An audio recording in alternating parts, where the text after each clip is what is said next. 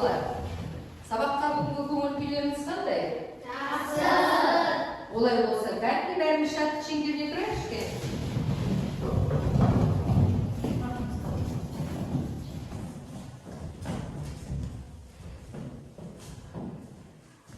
Ал шаттық шеңберін бастайық, балалар. Күн аспан әдісі бойынша 1, 2, 3. Қуанам енді, қуанасың сен де, қуанайық достарым, айлаған күнде.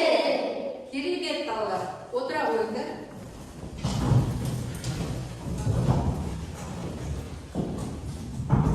Балалар, бүгін біз сабағымызда барлық тақырыптарымызды, өткен бөлімдерімізді, үй тапсырмасы бар, бүгінгі жаңа тақырып бар, барлық өткен бөлімімізді біз өз-өзімізді бағалауымыз керек.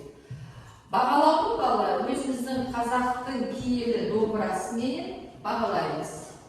Баға 10 балдық жүйемен, оны өздеріңіз білесіздер. Тапсырмалар берілген кезде дескрипторына байланысты әрқайсының өзінің ұпайын белгілеп отырасыздар. Түсінікті ғой, балалар? Қазір әрқайсыңа осы домбыраны таратып беремін. Санжар,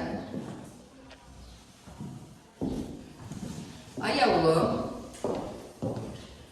Әмірхан, сәттілік тілеймін сабақтан өте жақсы бағалауларыңа. Әмірхан, Фатима, Аяру, Сезім, Рауа,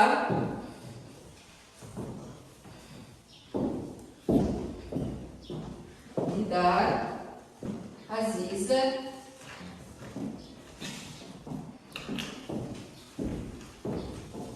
Ерасыл.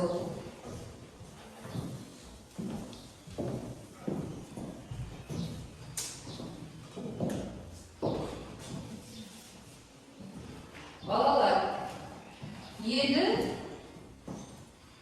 үй тапсырмасына кезектелейік. Үй тапсырмасына не берілді, балалар? Дұрыс айтасыздар. Сұлтан Махмұт Торайғыровты ана тіліне тағзым, сүйем деген өлеңін жаттап келуге берді. Кім жаттап келді? Мен. Қолдарыңызды көтерсеңіздер көріп тұрмын мен. Керемет. Жақсы. Әмірхан шығағы. Кезекпен балалар, бәрі шығасыңдар. Тақтараштап. Мәнде деп айтамыз. Сүйемін туған тілді, анам тілін, бесікте жатқандық берем білім, шыр етіп жерге түскен минутымнан құлағыма сіңген таныс жүзім. Сол білмен мен шешем мені әлдилеген, еркелеткен қолының жадым берген. Сол тілмен бірінші бүгелген, ана деген сүйгенді туысқанменен. Сол тілменен үйренді нәрсіптарын, сол тілмен дінді әдеттімен жаттадым. Сол тілмен ең бірінші сыртқа шықты, сүйгенім жек көргенім ұнатқаным. Керемет, жақсы. Келесі. Кім? Келе орау.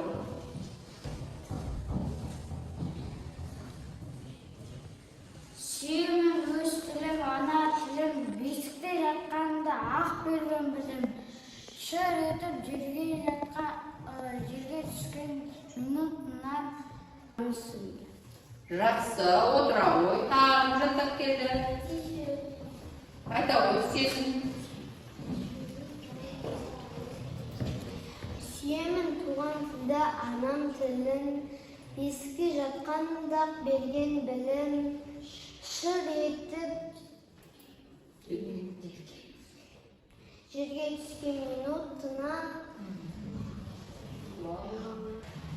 бесікте жатқанымда ақ берген білім. Шыр етіп жерге түскен минутынан құлағыма сіңіргенім таныс үнім. Жақсы, отыра ғой. Тағым айтады. Фатима.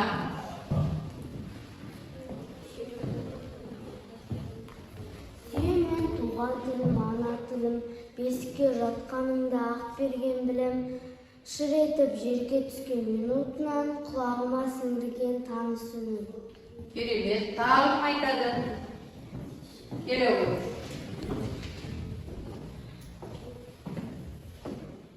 Сенің туған тілді анам тілін, бесікте жатқанда ақ берген білім.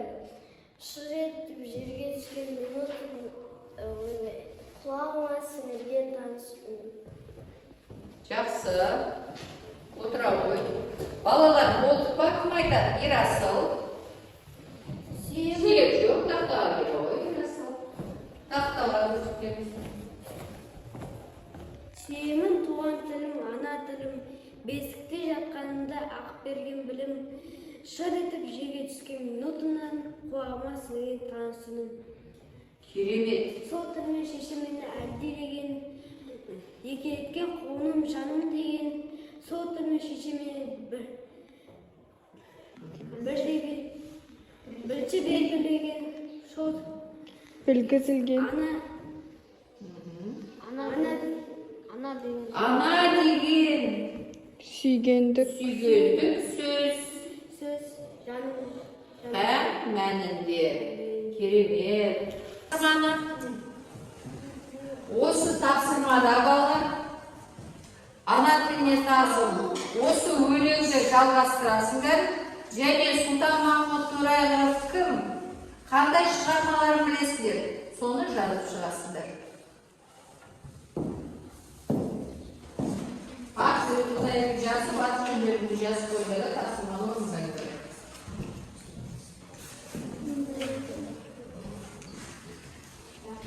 Ана тілін арын болып, ұятым болып тұр бетінде, өзге тілдің бәрін біл, өз тілінде құрметте.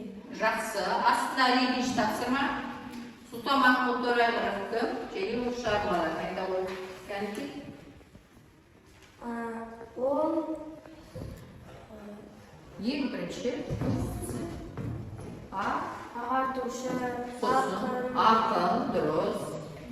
оның сүйемін, шәкірт ойы, оқудағы мақсат не, тағы басқа өлеңдер. Бар. Керемет. Керемет. Үй тапсырмасына. Ана тілін арын, ұятым болып тұр бетте. Өзге тілдің бәрін біл, өз тіліңді құрметте. Жақсы. Әкел. Тағы. Сен оқудан. Ана тілін арын, ұятым болып тұр бетте, өзге тілдің бәрін біл, өз тіліңді құрметте. Ал жақсы. Фатима. Айта ғой, Фатима. Ана тілін арын бұл, ұятым болып тұр бетінде, өзге тілдің бәрін біл, өз тіліңді құрметте. Сұлтанмахмұт Торайғыров ол ақын, ағартушы, оның шәкірт ойы деген өлеңі бар, сүйемін деген өлеңі бар, тағы да басқа өлеңдерді де бар. Жақсы. Өте жақсы. Кімді айтқан? Ол дұрыс. Ұятым болып тұр. Жақсы. Жақсы. Отыра ғой. Жақсы. Жазыпсың әкел. Иә, бір бай. Әрине. Үй тапсырмасы бойынша ол да келе қойып. Жақсы. Рауан айта қойшы. Сұлтанмахмұт Торайғыров кім? Ақын, ағартушы. Керемет. Қандай шығармасын білесің? Сүйемін. Және? Бұл ұятын бұл Тұр. өзге тілді құрмет. Бәрін біл. Өз тілді құрметте. Жақсы. Сұлтанмахмұт Торайғыров кім? Ақын, Аға. ағартушы, Жақсы. шәкірт, оның Шәкірт ойы және сүйемін деген өлеңін білеміз. Жақсы. Отыра ғой. Керемет. Балалар, үй тапсырмасы бойынша сіздер бағаладыңыздар. Енді балалар бүгінгі Dәптерlerimizni ашып, бүгінгі күнде жазып қоямыз. Мамырдың 8-і сынып жұмысы. Бүгінгі біздің өтетін тақырыбымыз жазамыз, бала дәптерге түгел бәріміз отырып жазамыз. Отанымды сүйемін. Дәптерге әдемі оқып жазамыз, балалар.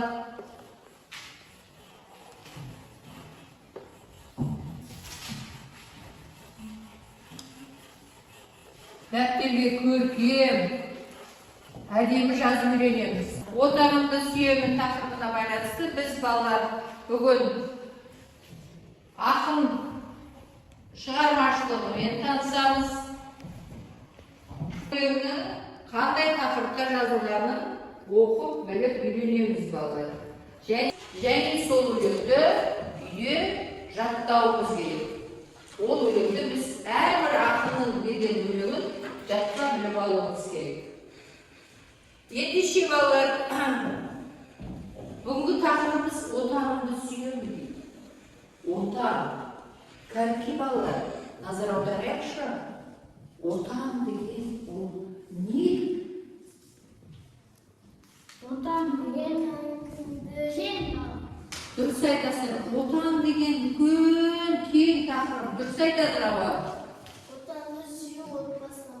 Отанды сүю отбасынан басталады дейді балалар. Олай болмаса, отан біздің кіндік қанымыз тамған, туып өскен жеріміз, туған ауылымыз, туған еліміз, жеріміз. Осыны бір сөзбен не дейміз біз?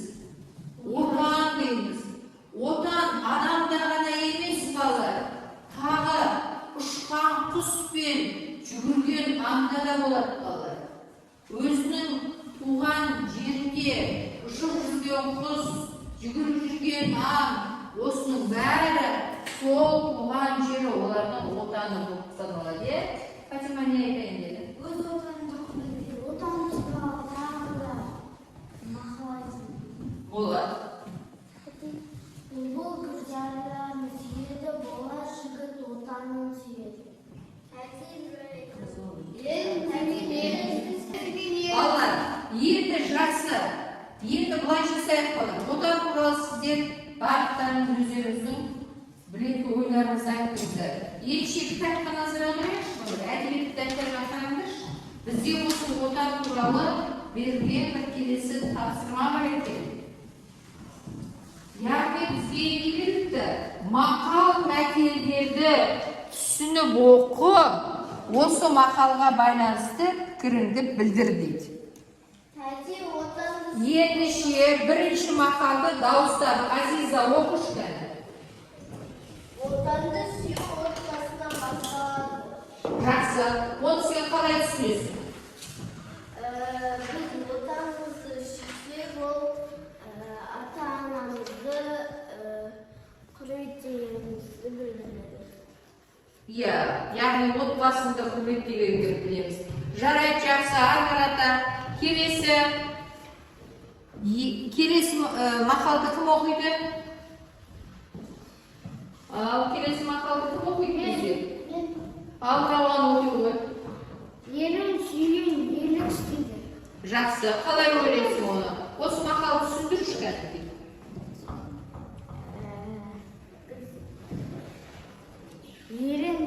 Елін сүйген қай батырды сендер мысалға келтірулеріңе болады? Ерлік істеген, елін сүйіп, отанын қорғаған. Кімді айтасыздар? Өткен жолы ғана бізді оқыдық, Әмірхан өлеңін оқыды. Жақсы оқиды. Сүйген, сондықтан жақсы оқи ғой келесі мақалды. Гүлзарларын сүйеді, болар жігіт отанын сүйеді. Жақсы, өзің ойыңды айта қой. Бұны қалай түсіндіресің? Орнынан тұрып айтамын.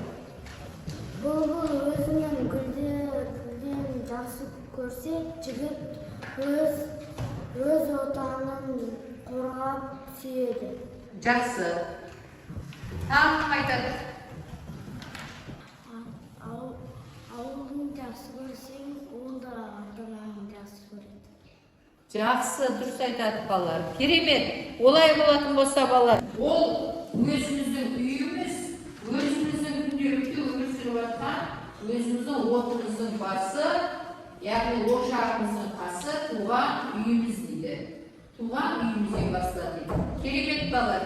Үй тапсырмасына қазір кім жауап берді мақалдарға? Тапсырмаларды орындады, сол балалар екі ұпайдан домбыраға бағалап қойды. Бағалады өздеріңді. Бағанағы ұпайларына келесі ұпайларды қосады. Қосыққа жақсы. Келесі тапсырма балалар. Екінші тапсырма. Өлеңді түсініп оқы дейді. Тақырыбы 3 бақытым. Енді балалар 3 бақытым өлеңінің авторы Мұқағали Мақатаев.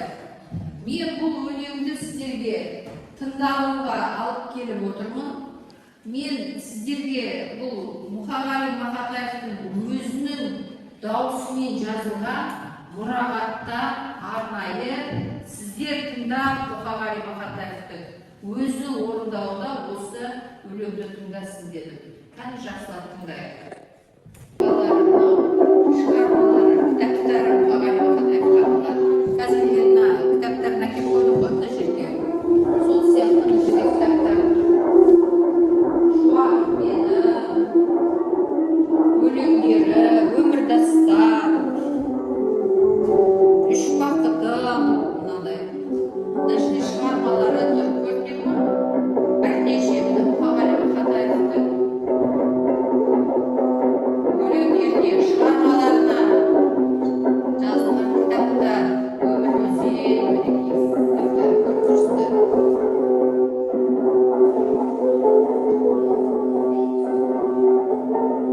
Оны мен балалар алдын қордан мұрағаттан алып сіздерге көріп таныссын деп алып келіп отырмын. Және Мұқағали Мақатаевқа байланысты шыққан басылымдарға жарияланған, газет журнал беттеріне шыққан бірнеше облыстың шығармалары, Мұқағали Мақатаев туралы мақалалар.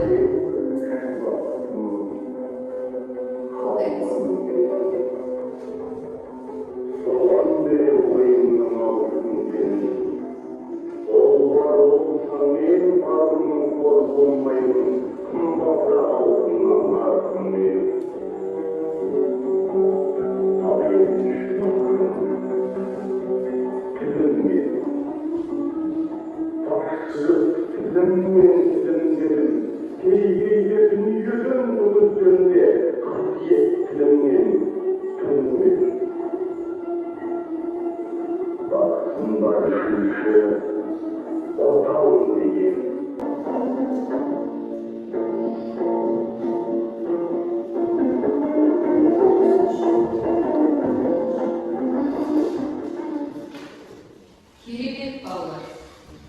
Қазір сіздермен Мұқағали Мақатаевтың 3 бақытым атты өлеңін автордың өзінің орындауында тыңдадық балалар.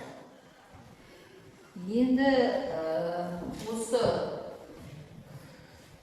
Мұқағали Мақатаевтың өлеңін оқушылар бәрі кім мәнерлеп оқып бере алады?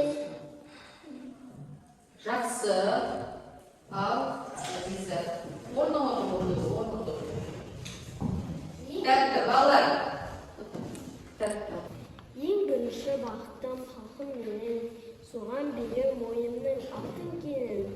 Ол бар болса мен бармын, қор болмаймын, батыра алтын. Жақсы, Дидар жалғастыр. Ал екінші бақытым тілім менің, тас жүректі тіліммен тілім дедім. Кегейді дүниедің түнделсем де, қасиетті тілмен тілім дедім. Түңілмеді. Жақсы, келесі ағаты Санжар. Бақытым бар үшінші отан деген, кім мықты десе біреу отан дерем. Оты сөнген жалғанда жан барсын ба, оранбай кердаға отан менің. Алла, қазір сіздер Мұқағали Мақатаевтың өзінің оқығанын естідіңіздер ғой? Дәл солай мәнерлеп оқып үйренейікші кәне. Сезім, мәнерлеп. Ең бірінші бақытым халқым менің, Соған берер ойымның алтын кенін. Ол бар болса, мен бармын, қор болмаймын. Қымбаттырақ алтыннан нарқым менің. Әмхан, кән мәнерлеп, нерінші мәнерлеп Ал екінші бақытым, тілім менің. Тас жүректі тілімнен тілім дедім. Кейде дүниеден түңілсем де, қасиетті тілімнен түңілмедім. Рауан. Бақытым бар үшінші отан деген. Кім мықты десе біреу отан дерем. Оты сөнген жалғанда жан барсын ба? Ойланбай-ақ ақ келдағы от ал менен. Жақсы, Фатима, арғарата. Ең бірінші бақытым халқым менің. Соған берер ойымның алтын кенін. Ол бар болса, мен бармын, қор болмаймын. Қымбатырақ алтыннан нарқым менің. Жақсы, арғарата. Кім ерін нарша бастырады, басына бастап. Ең бірінші бақытыма халқым белім. Соған берем ойымның алтын кенін. Ол бар болса, мен бармын, қор болмаймын. Қымбатырақ алтыннан нарқым менің. Жақсы балалар. Бәріміз мәнерлеп жақсы оқып, түсініп оқысақ, бір ұпай өздеріңізге белгілеп қоясыздар балалар.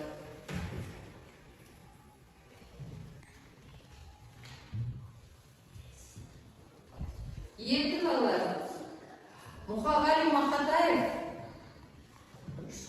кім? Ол кісінің қандай өлеңдері бар екен? Осыны қазір балаларына қызықты деректер атты бейнебаяннан жақсылап көріп тамашалайық. Тақтаға назар аударайық бәріміз.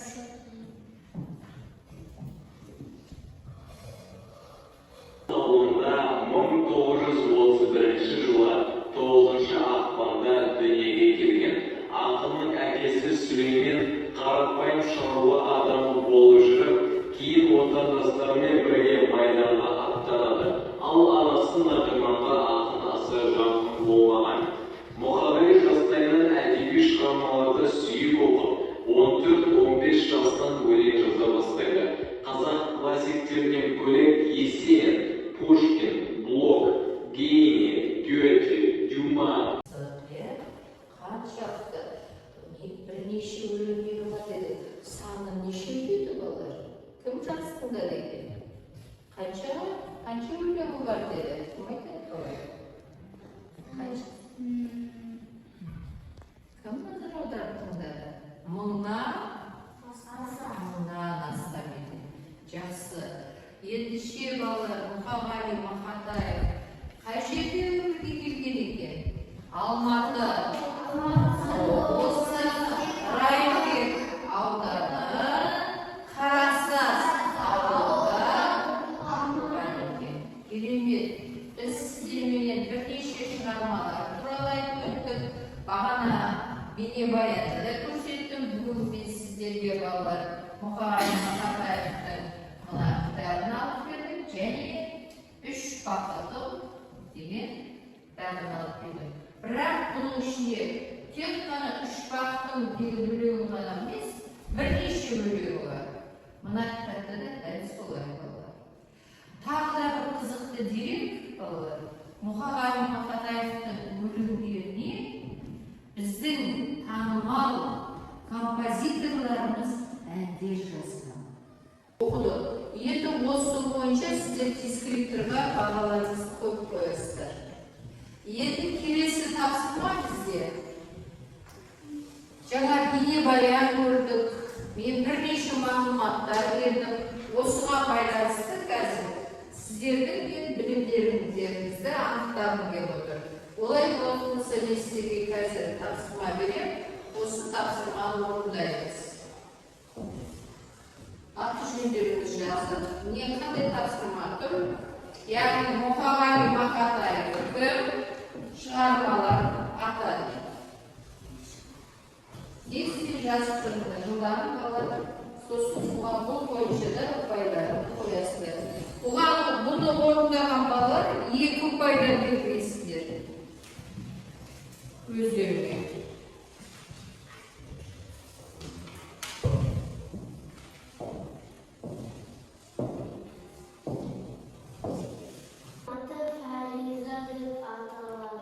Керемет. Және бұған ән шығарылған оны кім айтады бізде? Танымал әнші. Домбырамен орындайды. Фариза жан. Керемет. Фариза жан, Фариза қыз.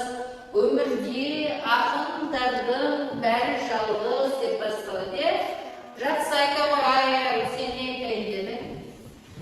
Мұхаммед Мақатаевтың Сарғыл деген әні бар. Керемет. Туған отанымызға елімізге арналған Жазира жасыл кілем өрлектелген деп айтады. Білсіз ғой туралы. Осы әнді кім біледі? Керемет. Айта қойшы әнді.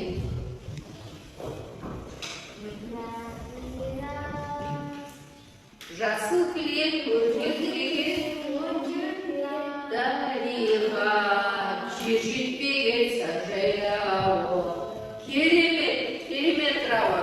Міне, балалар мен біліп отырмын. Кім ерасы айта ғой?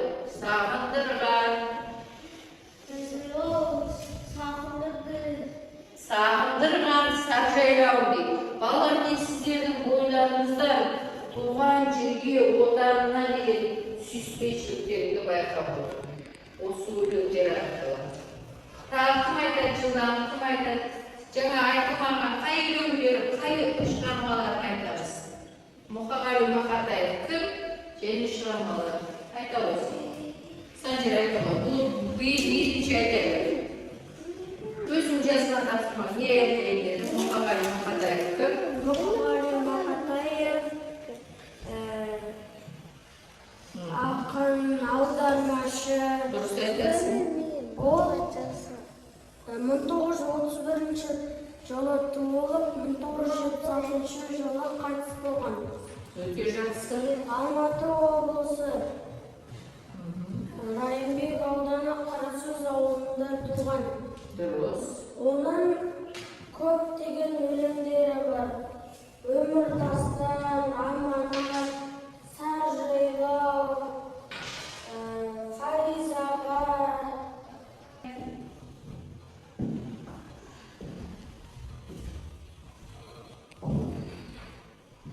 Кім жазып болды екен? Балалар, Мұқағали Мақатаевтың туған күні 9 ақпан. Біздің сыныпта бір оқушының туған күні. Кімнің? Әмірханның туған күні балалар. Мұқағали Мақатаевтың туған күні бірдей 9 ақпанда. Керемет сәйкестік. Айта қойыңыз. Айта қойыңыз. Жазғанды айтайын. Айта қойыңыз. Кім айтады? Кімді айта қойыңыз деді? Мұқағали Мақатаевтың шығармалары. Саржайлау, Фариза, Ішбақтың өмір, бүгін менің туғаным, әке, отан, ана. Керемет.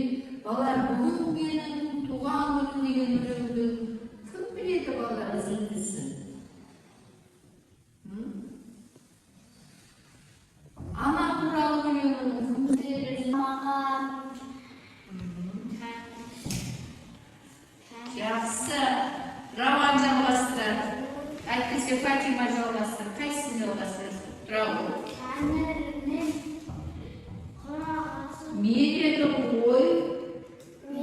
Сұрағаным. тірімі қасындағы жылама. Жыламағы.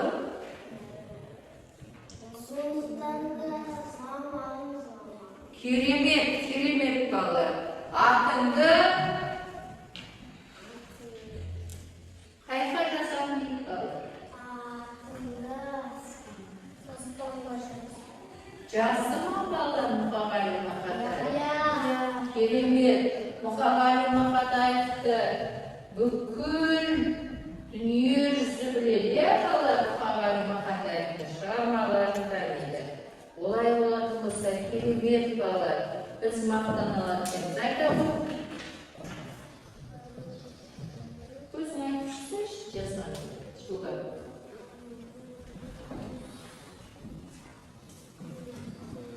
Kim muhayyo haqida? Birinchi. Aql, yaxshi, ya'ni audarmashi. Bizga boshqa o'zga yo'l to'silgan yozman. Шығармаларын o'qiganlarimizga audarib beradi. Ya'ni u kishi жаңағына biz өмірбаянында естідік. Ол кісі шет тілдерін университетінде бітірген. Шет тілдерін жақсы біледі ол кісі. Ол кісі заң университетін бітірген. Заңды жақсы біледі. Керемет бала. Айтамын. Отыра білсең.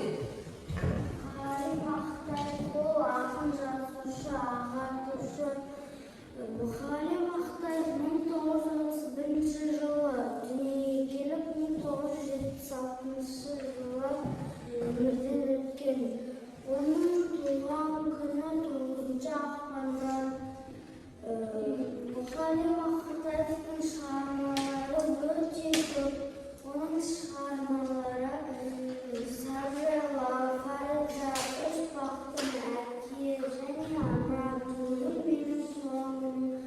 деген шығармалар бар. Мен Мұхали Мақтаевты қатты жақсы көремін. Мен оның өлеңдерін сүйіп оқимын. Жақсы, керемет. Қазір бір өзімізді селекталайықшы, правилымызда. Шуда селектесен қайталап жасап селектейміз. Қазір сезім право. Орнынан тұрамыз, көңілді. Сіздер жақсы жұмыс істеп жатсыздар. Қазір селекталайық.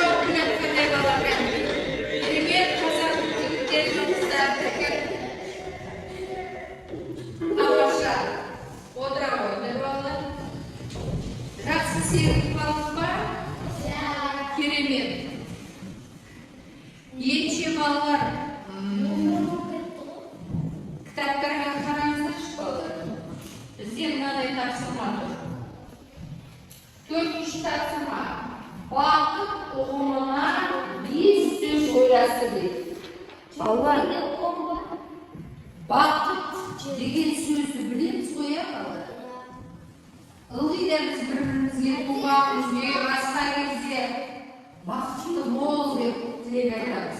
Ал бақыт бесеу. Отбасы, жақсы, достарым, тишән өзеті. Бесеу айтамыз. Сыздан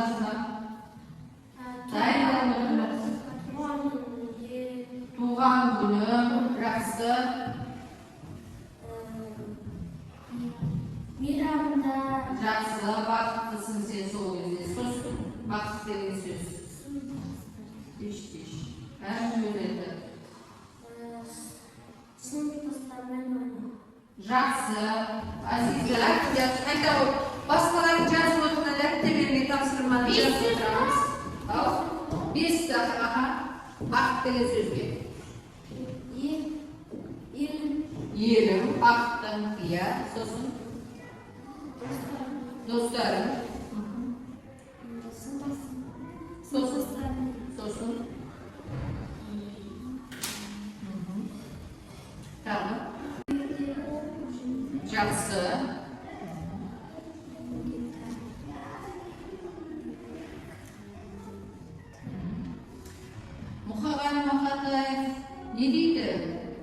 Birinci baktım benim halkım deydi. İkinci baktım ne deydi? Tölüm deydi. Üçüncü baktım ne deydi baba? Vatanım deydi. Mene жақсы айтамын. Былай отырып, осы өлең туралы өзіміздің ақын Үшбақты марттың өлеңдері бар. Не туралы айтып өтті? Жылдан тойымызды қойып айтады. Өлеңде бірінші бақты халқым деді. Жақсы ұпай беріп отыр. Келесі керемет ұпайын беріп отыр. Мына білім қоржынына жасыл астықты әкеп белгілейсіздер, саласыздар. Егер де әлі де зенуім керек, әлі мен кішкене бір мағлұматтар біле алмадым десеңіздер, қызыл астықты әкеп қызыл қоржынға саласыздар. Сары астықты әкеп сары қоржынға саласыздар. Астықтар бар ана жерде. Камералар бірінші жайлап жаққа әкеліп салайық. Жәрі апарып, асықпайды жылдан кәліке. Санжар өте жақсы деді. Керемет отыра ғой. Жылдан маған. Тез-тез сала берем. Отыра ғой әмірхан. Керемет. Орын берем жылдан. Әмірхан орын. Аржағынан кеп айларды отырады. Санжар. Жақсы керемет. Байразларын белгілейді. Санжар көрсетіп отыр маған қарай. 9 ұпай алыпты. Азиза 10, Дидар 10, Сезім 10, Әмірхан 10, алдыңа қара. Фатима 10, Рауан 10, алдыңа қара. Бері қарай. Бері қарай отырамыз кәнекей. Жақсы. 9 ұпай дейді, керемет. 9 ұпай дейді, 9 ұпай дейді, және 10 ұпай дейді. Балалар, аяқтың мен 10 ұпай алғанына бүгін келісемін. Қандай жағдайда? Себебі бағана ол Скажбелі өлеңін айтты ма? Айтты. Сүйемін өлеңін айтты ма? Айтты. Сұрақтарға жақсы жауап беріп отырды. Сен де айттың. Бәріне мен келсем бағаларға. Жақсы. Енді, балалар, мен бағана сіздерге ескертіп айттым. Мұқағали Мақатаевтың өлеңді Үшбақтың деген бүгінгі өлеңде керемет ән жазылған екен балалар. Осы әнді тыңдап, мүмкіндігімізше жай қосылып отырайық. Келсеңіз бе? Караоке. Кәдімгі домбыраларын қойып қойыңдар, партаның шетіне. Қолымызды алға қояйық. Өлең айтуға музыка сабағында біз қалай айтамыз кәдімгі?